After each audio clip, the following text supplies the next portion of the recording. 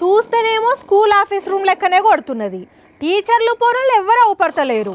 ఆ సారేమో మంచిగా గుర్రుబెట్టి నిద్రపోతున్నాడు. సారు, ఓ సారు, ఏందమ్మా నీ లొల్లి? పని పడలేదా పోతలకి? అమ్మా మా రాజేషే, నేను ఎవరో పెద్ద సార్ అనుకున్నా. ఓ రాజేషు, ఏంది అవతారం? అవతారం కాదు, నేను ఇప్పుడు ఉద్యోగిని, head master. Call me sir. సారా? సరే సార్, అట్లనే పిలుస్తా సార్. హలో, నమస్తే సార్, నా పేరు లక్ష్మీకాంత్. చెప్పు, ఏంటిది? మా పిల్లగానికి జర మీ స్కూల్లో అడ్మిషన్ కావాలి సార్. అడ్మిషన్ లేదు, పెట్టే ఫోన్. ఓ రాజేష్ సారు, గాయన ఎవరో అడ్మిషన్ కావాలంటే అట్లా కసురుకున్నవేంది?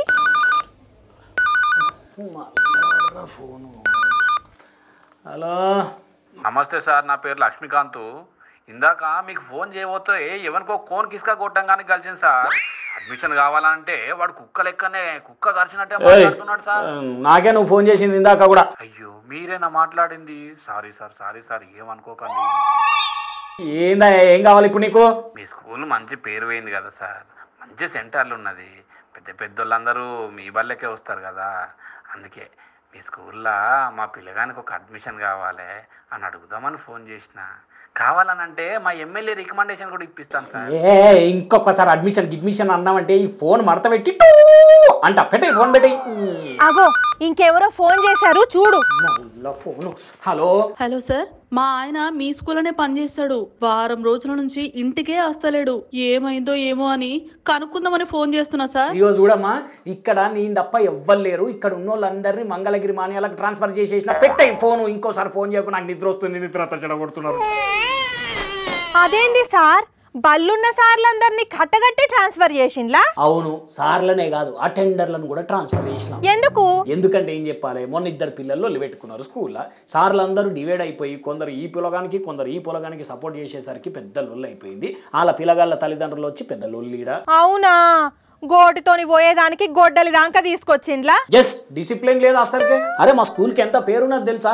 ఎంత ప్రఖ్యాతిగాంచిన స్కూల్ తెలుసా మాది. ఇక్కడ ఎంతమంది సెలబ్రిటీలు పెద్ద వాళ్ళ పిల్లలు చదువుకుంటారు. ఇక్కడ చదువుకున్న వాళ్ళకి ఎంతో మందికి ఎన్నో రకాల ఉద్యోగాలు వచ్చినాయి తెలుసా. అట్లాంటిది స్కూల్ పరువును తీసేస్తా అంటే ఊరుకుంటారా? అందుకే అందరినీ ట్రాన్స్ఫర్ చేసేసిన. అవును, సార్లని ట్రాన్స్ఫర్ చేసినావు, మరి పిల్లలేరి? పిచ్చిదానా, సార్లే లేనప్పుడు పిల్లలు ఎందుకు? అందుకే వాళ్ళకి సెలవులు ఇచ్చిన. నువ్వు కూడా పో, నేను వండుకోవాలి. ఓర్ని, ఉన్నోళ్ళందరు నూడబీకి నువ్వు ఒక్కడమే మంచిగా నిద్రపోతున్నావా? నువ్వు నన్ను ఇంతగానో ఇంటరాగేషన్ చేస్తాను కానీ మొన్నట్ల పంజాగుట్టలో 85 మంది పోలీసులను ఏకంగా ట్రాన్స్ఫర్ చేసారు, ఉన్నోళ్ళని అందరినీ.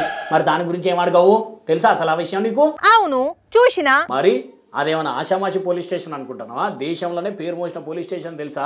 సెలబ్రిటీలు చాలా మంది ఉండేటోళ్ళ ఏరియాలన్నీ కూడా ఈ పోలీస్ స్టేషన్ పరిధిలోకే వస్తాయి. అరే, మస్తు అవార్డులు వచ్చినాయి ఆ పోలీస్ స్టేషన్కు. ఎంత పెద్ద చరిత్ర ఉన్నది, ఎంత పెద్ద కథ ఉన్నది. అట్లాంటిది ఈ మధ్య ఏదో గోల్మాల్ వ్యవహారాలు చేస్తున్నారు అని ఉన్నోళ్ళు అని చెప్పి ఏకదమ్న ఉన్న కాడికి ఒక్కరిని కూడా వదిలిపెట్టకుండా 85 మందిని ట్రాన్స్ఫర్ చేసిండ్రు.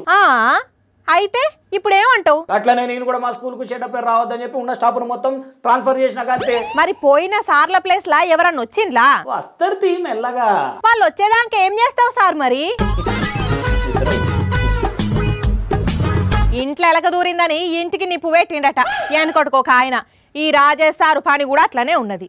మొన్నగా పంజాగుట్ట పోలీస్ స్టేషన్లా ఒక్క దెబ్బతోని 85 మందిని ట్రాన్స్ఫర్ చేసిన ముచ్చట తెలుసు కదా. అది చూసి ఈ సారు కూడా ఖాతాలు పడుతున్నాడు. సరే, పోయినోళ్ళు పోయిండ్లు కానీ వచ్చేటోళ్ళైనా చక్కగా డ్యూటీ చేస్తే చాలనుకుంటున్నారట జనాలు.